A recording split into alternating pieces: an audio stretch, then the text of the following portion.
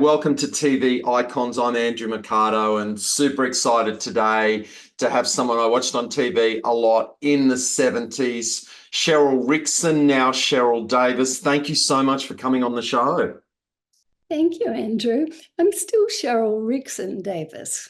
RIXON Davis. I like it. Yeah, so does my mum. I guess the place to start would be you growing up in Perth and what it was that got you into modelling and then eventually TV. But I guess because this is a show about TV, I sort of love to ask people, what were the TV shows that influenced you as a kid? Were you kind of inspired by any actresses or TV shows that made you want to go into that profession? I don't know actually if it was TV shows, although Bewitched comes to mind. I think it was more the tabloids. We used to catch the bus by a great little news agency that carried all the risque tabloids. So I saw a lot of Jayne Mansfield. And even though I'd grown up on Shirley Temple movies and Hayley Mills, I thought Jayne Mansfield was rather fabulous.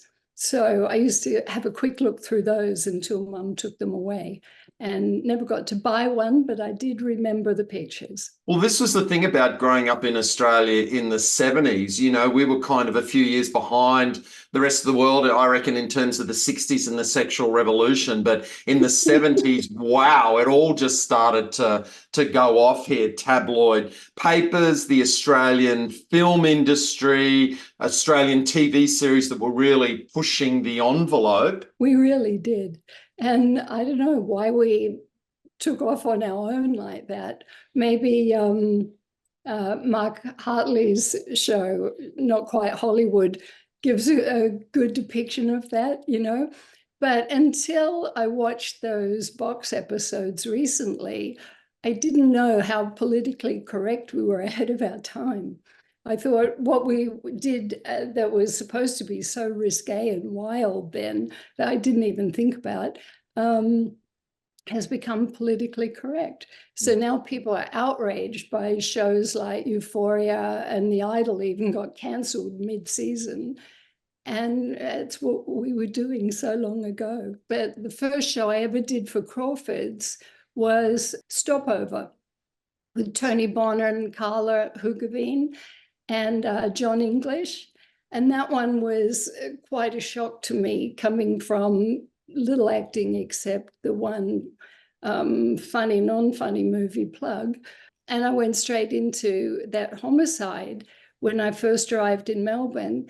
And I was horrified because I was supposed to be a drugged out hippie. And I didn't know how to be a drugged out hippie. Tell me about what you were doing in Perth from a modelling perspective, and also in terms of, I know you won a couple of bikini contests, and did this give you a sort of an entree into the world of films because Plugg was made in Western Australia, in Perth? How did you go from modelling to getting the role in that movie? Well, I was modelling all the time since I was 15, 16 years old. And I was, you know, swimwear was like it. All the runway shows were dancing to music. We did lip syncing to the Andrews Sisters, I remember, in the mall. And everything was choreographed. And that led into doing cabaret shows. And I just got a phone call from the producers and Terry Burke, the director, who said, we're making this film in WA and we have to cast a girl for the lead. And everyone tells us, you should play this role.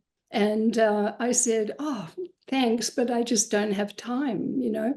And they go, no, seriously, you have to play this role. So I did it. Tell me about Terry Burke as a director, because you've mentioned Mark Hartley before, who made the great Ozploitation documentary, Not Quite Hollywood. And, you know, he's still releasing all of these great Australian rarities onto Blu-ray down here in Australia for Umbrella Entertainment. He's found the film Ladies Stay Dead starring Chad Haywood, and I've done an audio essay on it. And I mean, Terry Burke is this crazy filmmaker that really pushes the boundaries, sex and violence. And I sort of talked to Chart about that. And, you know, we know that Terry Burke was kind of crazy, writing, directing, producing. How was he back there? Because Plugg was maybe his first film, or certainly one of his, you know, most early movies. He was absolutely delightful for me. It was a blast shooting Plugg. It was really a funny experience. The first morning of the shoot, my mum came out. I was sitting at breakfast. It was very early. And she picked up the script and she was reading what I was going to shoot that day. And she said, "I can't let you do this, sweetheart." And I went, "Oh, horror. There's people delivering a car outside and people here to pick me up." And I said, "Don't spoil this for me, Mum," you know, as any 17-year-old would get, you know, flustered about. And she said, "But sweetheart, I'm your mother. You can't drive." She said, you can't drive, darling." And I go, "Yeah, I can. I've seen people drive, you know." I guess that you would have filmed Plugg first before you went to Melbourne and got involved with Crawford Productions. Do you think that, I mean, today we know that there's people watch films and figure out where they're getting an actor from an unreleased film. But do you think that the people at Crawford's saw your work in Plugg, saw an unfinished cut, or was it completely unrelated? How did you get that contract with Crawford's, and was it related to the first movie you'd appeared in? I really hadn't thought about that, but they must surely have seen that I'd done something. Yeah. And when I got to Melbourne, somebody contacted me to come in and do a screen test. So I went in and did a couple of scenes of sides that they'd sent me. And the next day they called me back and said, "Can you come in again? You know, today we're going to put film in the camera." So I guess they didn't waste a lot of film on first timers. So I went in and did another screen test on film, and they gave me the Homicide episode. I didn't even have a script, as I recall. They just told me what I'd be doing. And Carla took me from there. And we had a ball shooting it. It was really wonderful. And I didn't know the context of the scene that I was doing. I didn't even know I died in it until I saw the episode. I kept thinking, I know all these people, where am I? You know, they edited me out, and right at the end, you know, I'm dead. Then that led to The Box. This stopover was a very special episode of Homicide. They were planning to release this as a Homicide feature film. And then it ended up, because they'd shot 2 hours, it ended up just being a two-part special. They could have screened it part 1 and part 2 next week, but I think they might have screened it as a kind of a Homicide TV event. But, you know, they built new sets for it. Interestingly, those sets, Crawford's reused those same sets when they made the movie of The Box after that. Did you know that you were possibly starring in a movie of Homicide at that point, or was that made obvious to you? No, I knew very little about it, and I didn't know enough to ask. You know, maybe there was talk about it, but it went right by me. But I know The Last Task that I shot with Jacki Weaver and Jill Perryman was the 90-minute finale of Homicide. After 14 years, I think it was the final show. And that one, when I watched that, I didn't remember much from that either. But I saw a hand on a steering wheel that's obviously a bad person. And I recognized that's my hand. And that was kind of fun for me because I was usually a call girl. I was always the whore, but innocent whore, except for Angela O'Malley, which was a treat that I wasn't a prostitute. But in that one, I was the nasty whore. In Stopover, your first Homicide episode, you know, most of it, they actually spent a bit of money on it. You know, they built sets, They took Bud Tingwell over to London and shot all this stuff in location with him. And then, as you say, I was like you, I was watching this going, I've been fed wrong information. Where is CHERYL? This thing's been going forever. And how is she going to appear in this? It's all taking place in airport. And then, of course, we finally get to the end and there's a flashback and off we go to the Greek islands. And then we get this scene of you and Carla Hugavine going for a swim. And straight away I was like, that is Port Phillip Bay. And I'm like, this is not the Greek islands. And then to make things even more Melbourne, you see a shot of those beach houses at Brighton. And I'm like, this is definitely Melbourne. This is not Greece. They've just sent you down to the Mornington Peninsula and said, just splash about in the water and you're going to be on a Greek island holiday. To me, that sort of really took away from what was meant to be this really great feature film presentation, put it on the big screen. And then that, I just went, wow, you've just broken my trust, because it's so obvious to most Australians that that flat of Port Phillip Bay, that, that's not going to pass the Greek island. Yeah, I didn't even know it was supposed to be the Greek islands. I didn't even know where I was. I'd come from Perth and they just took us to a beach location. All this stuff with your character's dead body is being filmed in London, and, Bud Tingwell ends up finding your remains. Thankfully, we didn't see a shot of that. He just opened the door and went, oh dear, But yeah, your character actually turns out being the linchpin for this entire 2-hour mystery. Yeah, which was a good surprise. Now, your next episode of Homicide that you filmed, yes, you're playing a call girl who's standing out the front of an establishment, and Gary Day, playing the cop, comes up and asks you a question, and you sort of, are quite cheeky with him. But the camera, the camera is down on the ground. And shooting right up your skirt. And of course, you've got these beautiful legs and it's a great shot. But he, as the cop, kind of pats you on the bum. And that shot was like, oh, yeah, of course, we're in the 70s. This is 70s TV. It was a little improv, that one. But I don't know, maybe he was giving me more screen time. I wasn't in that one very much. But that one was a surprise to me because I don't even remember much about shooting that episode. And again, wearing my own wardrobe. I was always required to bring my own clothes. So shooting up the short skirt and everything was my own skirt. Now, I'm glad that you've pointed out that you then star in the final ever episode of Homicide.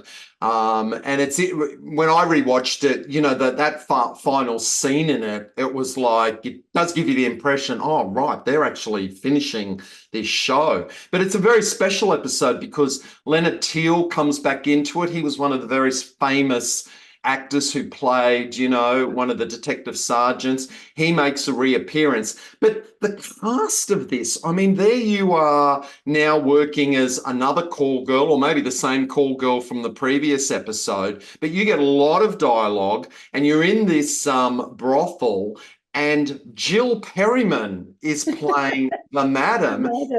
Yeah. And Jacki Weaver is with you playing one of the other sex workers, and you and Jacki Weaver, future Academy Award nominee, get into a scrag fight. We did. And I didn't realize it was going to be as gnarly as it was. We had a stunt coordinator, choreographer. We rehearsed it a few times. We go to do a take and everything seems to be reversed and I'm getting beaten up. I took a lot of punches. It got really uncomfortable and scary. And between takes, I went to Kevin Dobson, who directed it. And I said to him, I'm really getting hit. Nothing is the choreography that we worked out. It's all changed and I'm getting hurt. And he said, it's looking really good. He goes, we'll just do a couple more takes. It's really good. Just stay in there as long as you can. And if it gets too much, run off set and I'll call cut. So I thought, wow, what is going on here? But it wasn't what we choreographed. And so for years I thought, did Jacki just lay into me? But maybe she, because she's an Academy Award winner, she could have just been method acting and really giving it a reality, or did she just want to punch me? I don't know. And I thought, I wish, Kevin should have done something about that. And lately I thought he probably knew. Maybe he was in on it, thinking we'll get really good takes and we'll get some reality in there. CHERYL will survive. But I have to ask him about that. I actually really liked Jill Perryman's character because she was the madam, but she's got this relationship with Leonard Teal's character, and he speaks quite highly of her in the episode. And I thought that was a really nice interplay. You had the lovely sweet call girl, Jacki Weaver as the rough one. Well, you came across as sweet, that you were being presented as sweet until the reveal. But then Jill Perryman playing the really classy madam owner. I actually thought for Homicide, they were actually trying to give you some light and shade there. Yeah, nobody was who you'd expect. There was a little bit of alternate casting there.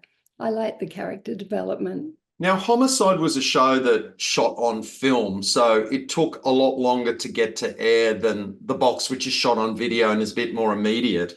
It seems to me like your episodes of Homicide went to air late 1975 or 1976. And by the time those Homicide episodes were airing on the 7 network, you were now appearing on TV on the O10 network in The Box. But before we get to The Box, around this time, they released the movie of Plugg into cinemas. And clearly, you must have already had a bit of a name through that TV work, because when I look at the newspaper ads for Plugg, the first thing that's written across it is starring the sexsational, sensational CHERYL RIXON. I mean, by the time the movie came out, they were using you to promote the film.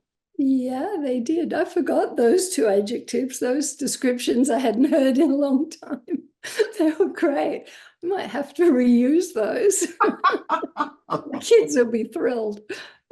There's a lot of similarities with your role in The Box and your character with what has been going on a few years beforehand. Now, if you look over my shoulder, you'll see on my wall a couple of posters of Abigail there.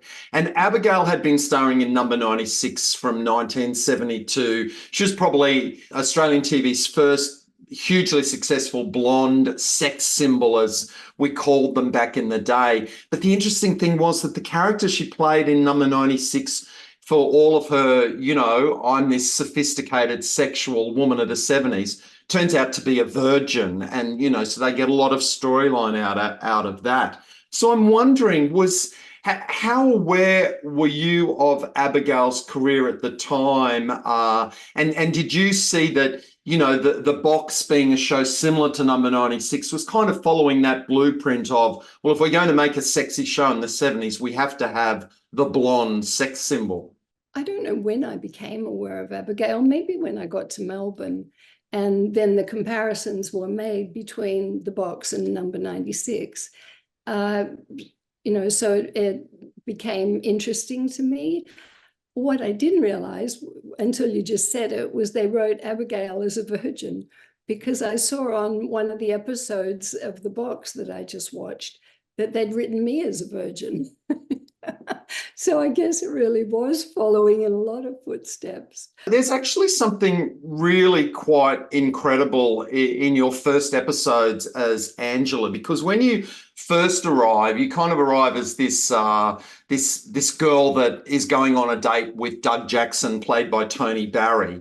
And Doug is sharing a flat with Lee Whiteman, played by Paul Caro, and John Barnett, the newsreader, as played by Donald McDonald. And Lee and John are a gay couple. And at this point in the story, Doug is staying in the apartment, but he hasn't twigged that his cousin is there with his boyfriend. He just thinks they're all, mates sharing a house together.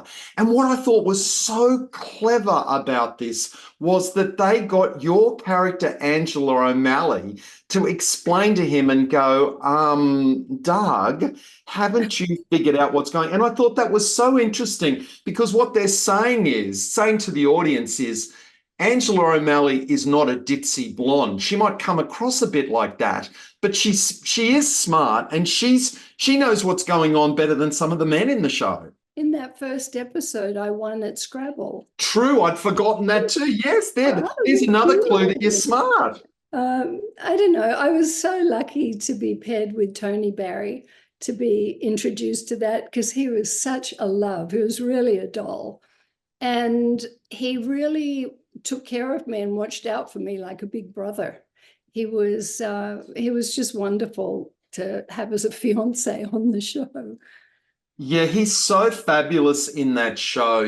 All of those shows of the 70s had that really quintessential Aussie bloke, and in other hands that could come across as being quite sleazy, but there was an innocence and a lovely charm to Tony Barry's performance. And it doesn't surprise me at all that he looks after you.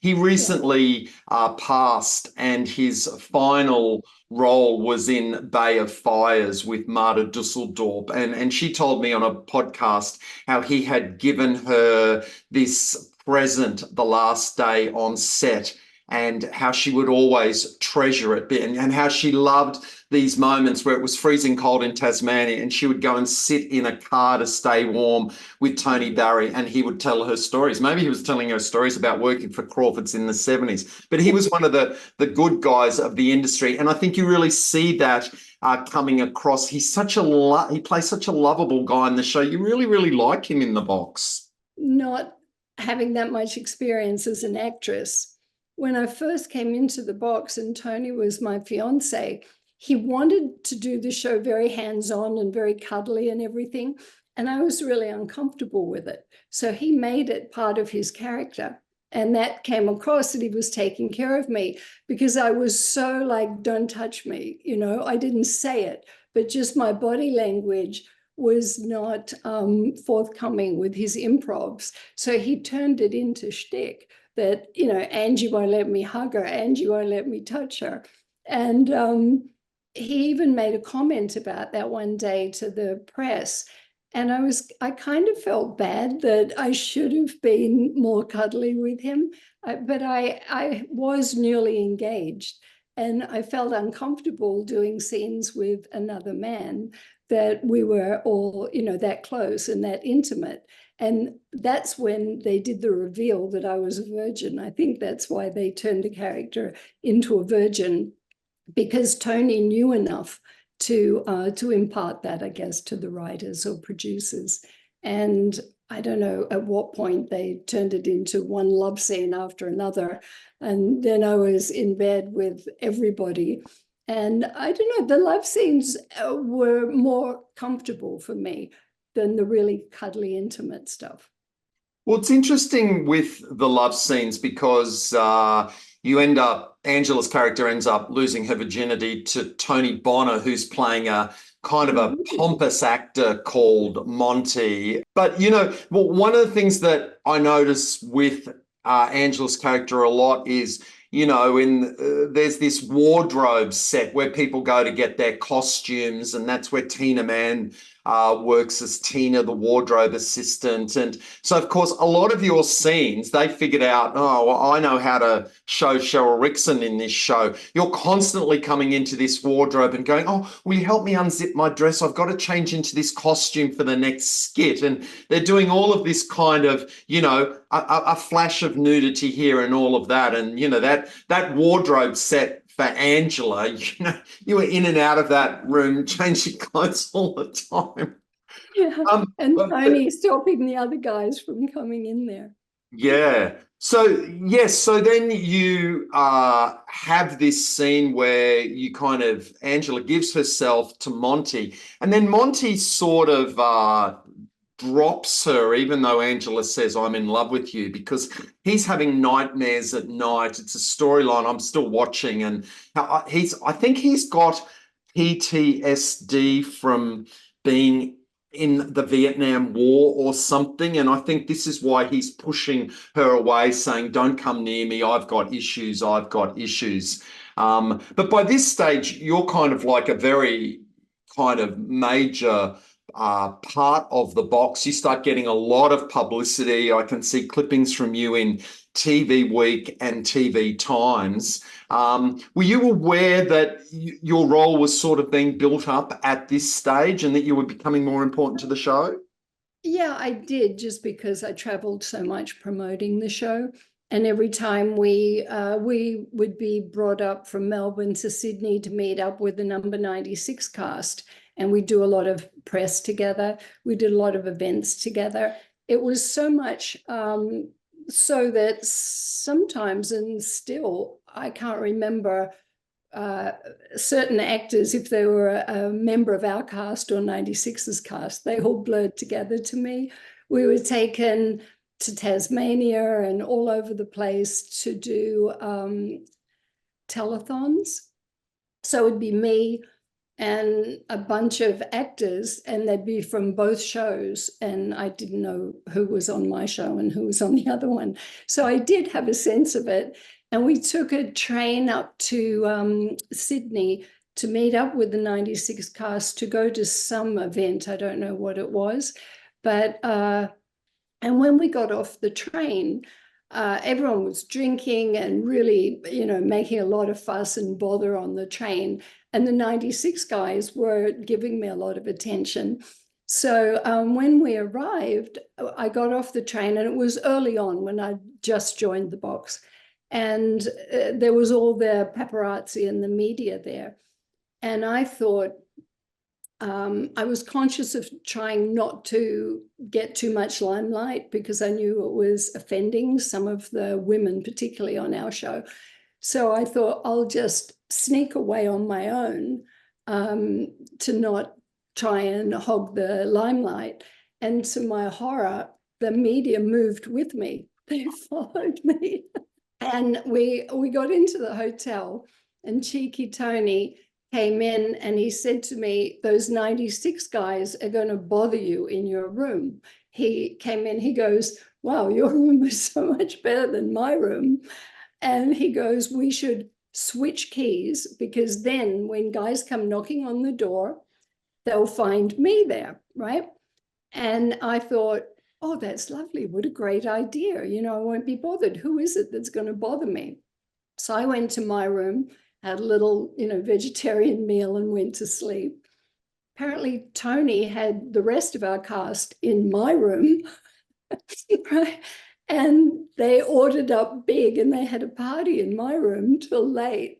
So it wasn't until a couple of years later that when I was leaving, and the producers at Crawford said to me, well, they weren't happy about me going. And they said, your heart's never really been in the show. What? I've done everything I can. I loved it, And they said, and your expenses, every time you're in a hotel, you throw parties, you're ordering lobster and steak and champagne. And they said, just the bill from Sydney alone was, we've never complained about your expenses. I thought, my expenses? I don't drink and I don't eat meat. Well, one of the crazy things about both of these shows, 96 and The Box, adult shows, The Box screened in most capital cities at 9:30 at night after number 96.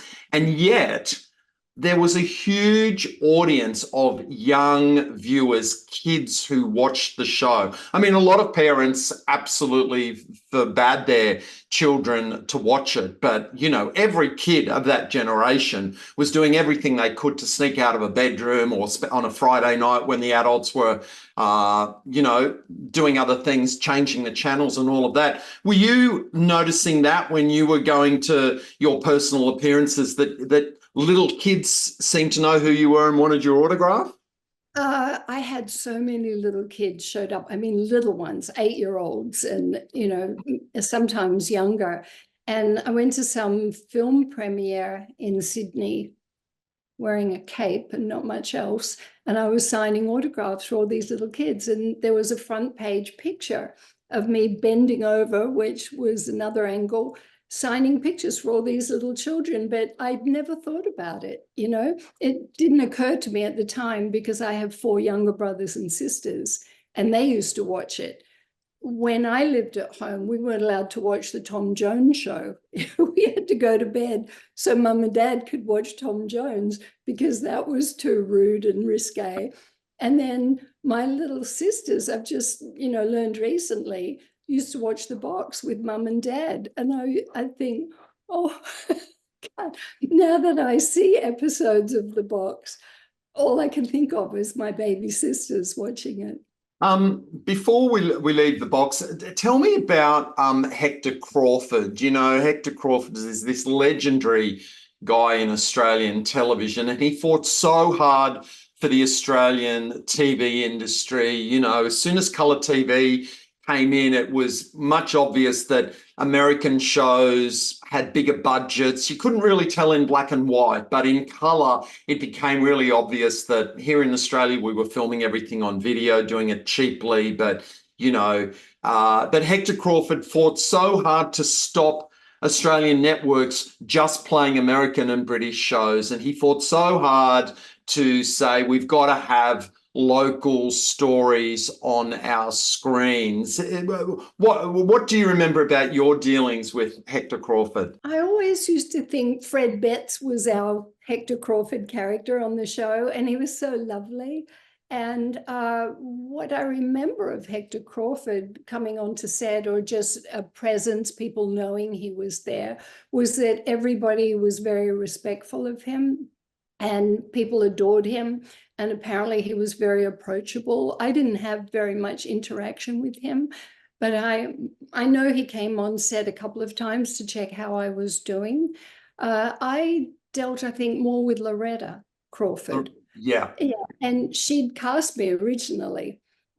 She called me in for the screen test and called me back for the real one and cast me for Homicide. So I think she was a big part of me getting cast originally. And I think because you were coming from Perth too. I mean, people in Melbourne knew Hector Crawford as this legendary guy because he'd been a conductor who was responsible for the Melbourne Maya Music Ball being built, because Melbourne people knew him as a conductor first, then a guy who with his sister Dorothy made radio serials, and then he moves into TV production. But you know what, CHERYL, you are bang on when you say that Fred Betts reminded you of him, because the character Fred Betts played in The Box, Sir Henry Usher, that was Hector Crawford. And at the time, the writers used to tell Hector Crawford, oh, we're doing a portrayal of Sir Reg Ansett, who owns Channel 10. And Hector went with that, and he would come to the writers and say, oh, I've heard this story about Ansett, you should put it in there. And they'd go, yeah. But they were doing, Sir Henry Usher was meant to be Hector Crawford, but done with great affection. Everyone loved Hector. And I mean, when you watch those episodes of The Box, even though Fred Betts is, being Mr. Cranky every now and then, Sir Henry is still a very lovable character in that show, and I think he really captured the essence of Hector Crawford. Whether or not he knew he was playing him is another thing, but the writers confirmed it to me after the fact. I think he had to have known he was playing him, because he was so fatherly and so lovely. Even the nude picnic, that comes across a lot in that episode, that he's so adorable, and I think on that, just Angela's relationship with him being cheeky and watching that he's so, upset about this naked picnic, and then going, well, I'm going to go join in, and he was very fatherly, just looking like, oh my God, she's gone too, and I thought that made him very approachable, as I understood Hector to be. Yeah. So you've referred to that. This is the infamous episode of The Box when the staff of Channel 12 go off on a staff picnic. and don't realise that the picnic spot that Enid Parker has discovered is actually a nudist camp. And it was filmed somewhere at the base of the Dandenong Ranges. And I was looking at it until you start seeing all the nude people. I think the audience is aware because they see the sign that's fallen off the tree and none of the characters see it. And so, of course, you're waiting for all these nude people. But I was looking at it going, this is like the ugliest spot to have a picnic. It's not a lovely grassy area. It was this kind of scrubland, rocks. Everyone's lying around on this rough ground going, oh, let's have a picnic. And I'm thinking it's the worst place to go take a staff picnic for. But it's very funny, that episode. And I think you're right. Sir Henry Usher and Max Knight could be used as very serious characters in the show. But everyone forgets that Number 96 in the Box, for all their reputation as being sexy shows, most of the sex stuff and the nudity, a lot of that stuff was being played for laughs. I didn't remember how much nudity was in that nude picnic scene, with all the extras who were very comfortable getting naked and not regular actors, I would imagine, and so much male nudity that I just would not have believed we had on that show if somebody told me now. And I always get into this thing about you can't explain the 70s to anybody now. You just can't. You have to just demonstrate it with film, because there is no way to explain what happened in the 70s. And like all my American friends, if I tell them we had male nudity, full frontal male nudity on television on the show I did when I was 19, they think I'm crazy, On free-to-air TV at 8:30 at night, Number 96, 9:30 at night during the box, free-to-air TV showing male and female full frontal nudity by the mid-70s. I mean, both the shows, when they started off, there was nudity there, but it was in the black and white years. It was, quite coy and a bit of a flash, a side-on and all this. The Australian Broadcasting Control Board coming down, going, cut that scene, all of that. In the end, CHERYL, the Australian Broadcasting Control Board gave up, just threw their hands in the air and said, you know what, do whatever you want. We are clearly out of touch with what the public want. These shows are the highest rating shows in the country. Do whatever you want. So then in the mid-70s, they just go for it. And, of course, this is why your American friends can't believe it's happened. Yeah. And because those shows, I mean, Number 96 in the Box could have been precursors to Home and Away and Neighbours. The problem was they were so outrageous, you couldn't screen them on TV anywhere else in the world at the time before cable TV. And in fact, you still couldn't play Number 96 or The Box on free-to-air TV to this day, even 50 years later, because of the gratuitous nudity in them. What's titillating and what draws viewers now, like Euphoria being such a huge success, maybe we just didn't have enough fantasy and drug-induced fantasy content, but the amount of nudity, the gay relationships, all that stuff is very palatable now, in fact, desirable. So I wouldn't be surprised if it shows up in a new series release.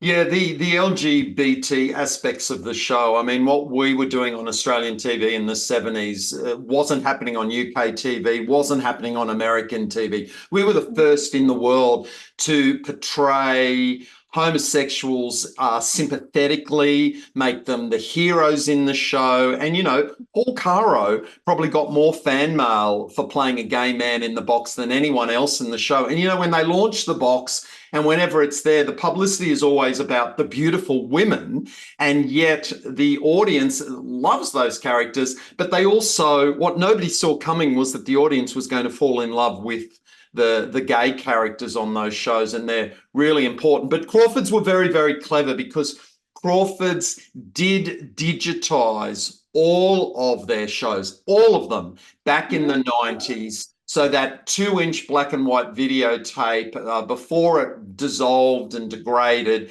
they had digitized it all, and now they're committed to releasing all of the box onto DVD. And then after it goes out on DVD, I'm really hoping that an opportunity exists for the shows to then be on-sold and be streamed somewhere, because the box is now really the only complete serial we have in the 70s where every episode has been saved, because they threw away all the black and white episodes of number 96. The Crawfords were very clever. They were ahead of their time in so many ways. But I'm glad they have them all. I have a chance to see them and see all these storylines you tell me about.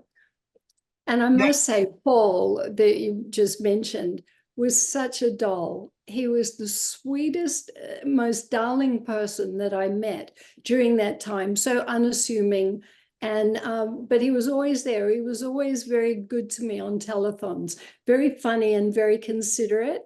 And I think that's what came across in his character, that people, resonated with him so much, because he was genuinely a sweetheart. Yeah, and Paul Currow will say to this day too that he thought that Crawfords were mad asking him to play a gay man. He didn't think it would work, but he thinks that part of the appeal of his character, although he brought such a beautiful, soulfulness into it, he thinks what people responded to, what straight men responded to, was the fact that Lee always stood up to Sir Henry and Max Knight. He didn't take shit from anybody. He stood up for himself, and he always thought that the audience really latched onto that and thought, well, wow, I don't know any gay men in real life, but I'm watching this one on TV and he seems like an okay bloke to me. I think I got along with him because I'd always had best friends that were gay men. I'd been in all the drag queen reviews in Perth for so long, since I was too young to get into a club, and had my own reviews that I was doing. And I was so used to that world, and it was so glamorous and charming to me. It was like living in the movie Cabaret, and I still, it just doesn't matter where I am, I find a community of gay men, and very flamboyant ones, that become my infrastructure. When you left the box, you did something, incredibly brave and adventurous, because, most actors in the 70s who are on TV, hugely popular, but, nobody's thinking of moving overseas to Hollywood, because they're thinking, well, nobody over there's seen our work. We have to start from scratch. What are we going to do about green cards and all that? It kind of really wasn't an option for many Australian actors till much, much later on. But you decide to move to US and you go over there. What was it that gave you such adventure to do something so out there as to go to America and try your luck there? Everybody in Australia was saying to me, you should go to America and be a movie star. You've done so much here, you should be in America. So I went to America. Even my agency in Melbourne, Vivian, sent me to Eileen Ford in New York. Everybody told me that's what I was supposed to do next. And I went to New York, fronted up at the agency, and started going on go-sees. And it didn't even occur to me that nobody in America knew my work, knew that I'd done anything. And so when I showed up for auditions, I figured these people asked to meet me. So I was so confident and comfortable that I got 85% of everything I went for. And I was a new face, and I was friendly and enthusiastic. And that, Australian side just got me work. So I started shooting commercial campaigns, editorial, beauty stuff, doing runway. I was always the shortest person on the runway because everyone else was 6 inches taller than me. And I just got along somehow, that I was so enthusiastic and felt like I'm supposed to be there, that it worked. And I didn't even have a plan to pursue acting at that point. And again, I got seen modeling with posters and billboards, and a director from, the producer actually from LA contacted my agent and said, we're interested in this girl in the posters. She looks like the character we're looking for as comedic relief again on this film we're shooting, Swap Meet. And a week later, they flew me to Hollywood to be in this film. And they would literally write new scenes and give to me on the set as they came up with reasons to give me scenes and airtime. And it was so fun. Now, tell me how the connection comes to Penthouse magazine. And in particular, I want you to explain something to me. I mean, I've always understood that in Playboy magazine, the Playmate of the Year was there for 12 months and then they'd get a new one. But Penthouse seemed to do something different. Did they sign you to a 5-year contract? And how did that work? Because you first appeared in the magazine in 1977, but then they made you Penthouse Pet of the Year in 1979. But they'd signed you to a multi-year contract by that stage? So I got to America, and on my bucket list was shoot a centerfold. And at the time, Penthouse had Viva magazine, which was their answer to Cosmo. They had so many different photography and science fiction magazines, Omni and Forum, Penthouse Letters. And I was sent from the Fords to shoot for Viva a few times. And Viva was women's issues and fashion, it was a beauty editorial magazine. So I was going to Viva often to shoot. And somebody at Viva, because it was all the one office, noticed me and brought me to Bob's attention. So I hadn't been there but a few weeks. And Eileen was just really trying me out still. And I got a phone call, Bob Guccione wants to meet you. So I went, oh, perfect. He owns Penthouse. So I front up to Bob's house. And the day I met him, he said, you're going to be Pet of the Year. And I thought, he says that to all the girls, and he probably did.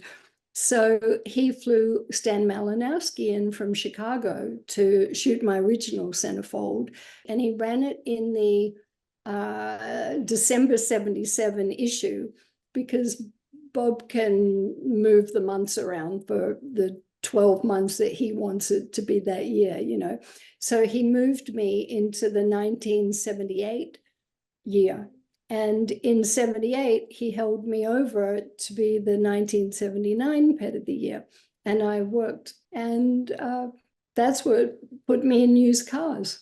I'd just had my Pet of the Year celebration party in LA that they'd thrown. I was going to the airport. One of the girls was driving me to LAX. And the office called her and said they want to see CHERYL at Zoetrope for this movie, Used Cars, that Steven Spielberg is producing. It was Bob Zemeckis' directorial debut. Wow, and, was it really? Wow. And Bob Zemeckis and Bob Gale had written the script. Steven was producing it, and she drove me back there. I went up there and went in, Steven, Bob, they gave me sides to read, and they'd seen me, on the magazine, and they needed a girl that would be comfortable with nudity and could deliver lines. Used Car, the movies, it had quite the cast. Kurt Russell, Michael McKean, Al Lewis, who played Grandpa Munster. It's such a crazy cast for Used Cars. Yeah. Well, Jack Warden, who was the star of the film and played dual roles, he played brothers in the film, and I didn't know who he was. And my first day, I checked in, I came downstairs and I said, I'd like to go out to the set and meet some of, the actors, see what's going on, and go out for a wardrobe check. So they said, okay, we got to get CHERYL a car. And this guy walked through, and rough looking guy. And they said, oh, Jack, are you going out to set? And he said, yeah. And they said, can you give Miss RIXON a lift? Sure. So he opened the door to the car and I sat in there and I thought, that's odd, I'm sitting in front. And he took me to the set. I got out, I went and met Kurt and everybody else, had wardrobe check and a meal. And then I thought, I got to go back to the set. I got to find my driver. So I see him and I go, I'd like to go back now to the set. And he went, oh, okay, right. We drive back. He disappears. And then later I came back and I said, I'd like to go back to the set for dinner. And can I have my driver? And they said, who was your driver? Who was assigned to CHERYL, you know? And they said, we haven't assigned her a driver. I said, yes, the older guy is lovely, you know. And they went, is that him? And they pointed to his picture. And they go, he's not your driver, he's the star of our film. It was Jack Warden, but he had nothing to do that day and he thought it was funny. Yeah. Tell me about what you do now. I've seen you described as a powerhouse jewellery and apparel designer. You've got you design jewellery. Tell me about your career now. After I decided the casting couch wasn't for me and it was going strong in the industry when I was in New York, it was very competitive. And a lot of things I was offered came with, you know, attachments. And I'd always loved rock music. So had formed so many relationships with people in the music industry. And musicians were my, you know, my favorite friends. I made something for myself. A friend was working with a jewelry group and all the jewelry brands were offering me free jewelry to wear, but none of it really was me. I didn't like what I was being offered. And I thought, I can't take jewelry from companies and not wear it. So I said, you know, if I gave you some designs, would you mind making what I'd like to have? So I made my own jewelry. Madonna had this crown ring, Billy Idol was wearing my stuff, and my friends started wearing my jewelry. So that became media worthy. And a very high-end rep came from Japan and said to me, if you were to make a collection, I'd like to release it in Japan. It blew up overnight because I had a royal theme and nobody here knew anything from royalty. You know, I grew up under the Commonwealth, so everything I grew up with had a crest, a crown, a shield. Everything was Kings Park Tennis Club, you know, royal everything. So I just started making royal themes because it was missing in the market and it was new. So it just took off and the Japanese market embraced it. And the jewelry industry, what happens in Japan, everybody else wants. So they really lead that field and their magazines were so glorious. So it just took off. So I opened stores here. We had stores in Japan and then China, you know, Taiwan, everywhere was focused on the Japanese market. And it became bigger than anything else I'd done. So that was cool. Congratulations. Thank you. So coming from modeling also, I always had a theme and a silhouette. I did jewelry like it was clothing, which we added later. So I did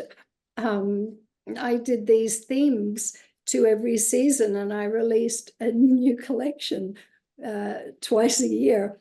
And Japan ate it up. They had magazines that had to fill pages. And it just was a new approach to jewelry. And I bridged a market between men's biker and rock and roll silver and women's high-end and wedding. So I kind of merged the two and made more detailed stuff for men and funkier stuff for women. It's very So cool. And this rock and roll theme that's, sort of going through your life now, if people go onto your Instagram page, they'll see that you've met some of the greatest rock and roll artists of our age. There's pictures of you dancing with Elton John at a nightclub opening, and were you friends with Freddie Mercury, Kiss, AC/DC? I mean, you were there at the height of big heavy metal, big hair rock and roll in the 80s, right? Rob Halford, Judas Priest, they were my guys. Rob Halford, Freddie Mercury, Elton, I wasn't as close to, but he was very close to Freddie. So I knew him through that whole time. And we had really fun times running into him on tour in Europe. A difficult and strange time for Elton at that time.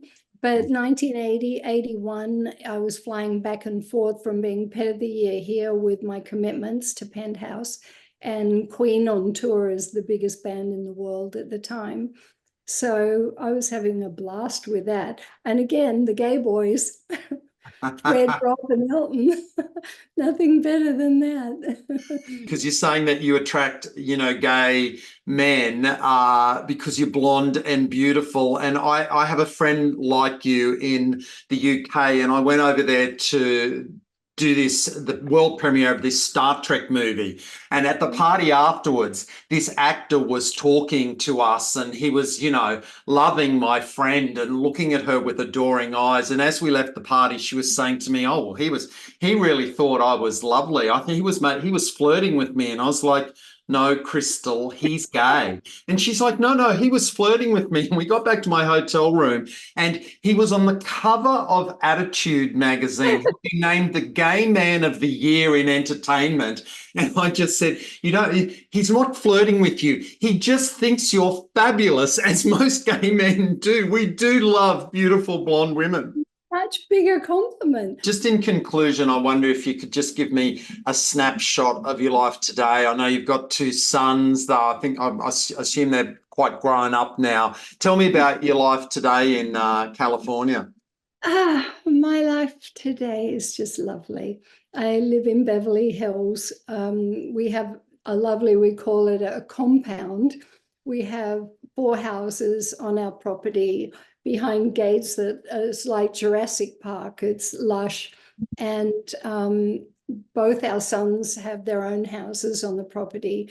My husband is in television studios, and talk about reusing sets. We have a submarine on one of our stages that we just kept from the show Jag, because who knows when you might need a submarine, and we have one, so why not keep it? So we have Lincoln Lawyer shooting in one of our studios right now, and we've had NCIS for 11 years in one of the studios. And we were in nightclubs for a long time. My husband built and ran the best clubs in LA, just the greatest clubs that, were really hot for a long time. So our boys grew up in clubs and restaurants, which was nice. One of our sons is an actor, one is a DJ, both working.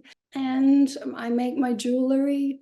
Paul Stanley from Kiss, I'd made jewellery for Paul, and I'd known those guys since the late 70s in New York.